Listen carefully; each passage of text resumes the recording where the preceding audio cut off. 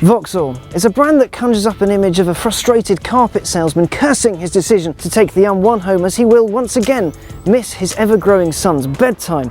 Well, that's not strictly true. I'm pretty sure people can buy carpets online now, but you get my point. Vauxhall's not exactly the coolest of brands. I mean, hasn't really been cool since, well, the VX220, the Monaro, and the last generation Astra VXR, which is why Vauxhall wants you to fall in love with this, the all-new, all-shiny Astra VXR.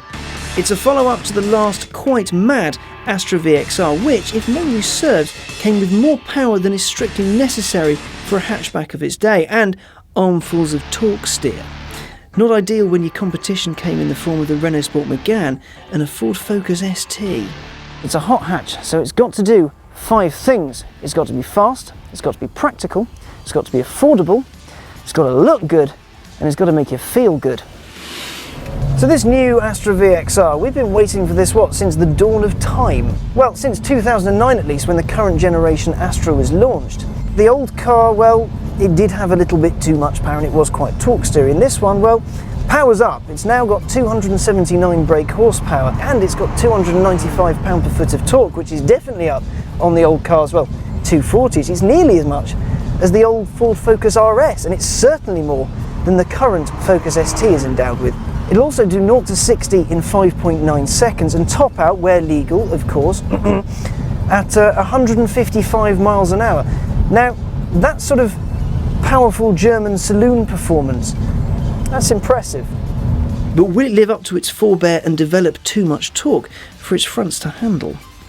Vauxhall has a plan to try and fix the torque steer problem. They've used 2 very special little devices. The first is the Hyperstrut suspension, which it's brilliant. It makes the GTC, which this car is based on, handle absolutely amazingly. And it also should dial some of it out. The second, they've gone back to the old school. They've used a very expensive Drexler mechanical differential.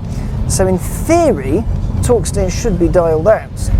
Right, so torque steer issue. Second gear, hand on the wheel to make sure we don't fall off the road and are in full control, and boot it. There is a little bit, but you don't have to wrestle it. It just sort of gently nudges the car. Still torque steery, but not as bad as the old one. Most important of all, though, is how it makes you feel. Noise. Oh. I like this car a lot because it makes me feel like I might actually vaguely be able to do stuff like this. I can't, but it's nice to think so. Oh, it handles so beautifully. 40, 50, 60. So, it's got the grunt, but does it have those other hot hatch attributes? Is it practical? Well, I can fit a cameraman and his bag inside the boot and even close the lid before he even realises what's going on. Does it look good? Well, I think so. See, it's based on the Astra GTC Coupe and it carries over 3 of its main design lines. So you've got this blade down here, the arrowhead line here, and its sort of swooping roofline. This car has the optional aero kit, which means you get this side skirt down the bottom, giant 20-inch alloys, and the double bubble spoiler there. Then round the front, you get giant air dams and a big blacked out angry grille. And then you go around the back, it's sort of triangle shape. It's all very pretty, especially those exhausts. And the entire car itself has been lowered by 10mm to give it a lower, angrier, meaner stance. And finally, is it affordable? So to be a decent hot hatch, it has to be affordable. And in the UK at least, VXR's biggest market, it's going to cost a fiver shy of 27 grand. Now that is quite a lot of money for a hatchback, but you do get quite a bit for your money.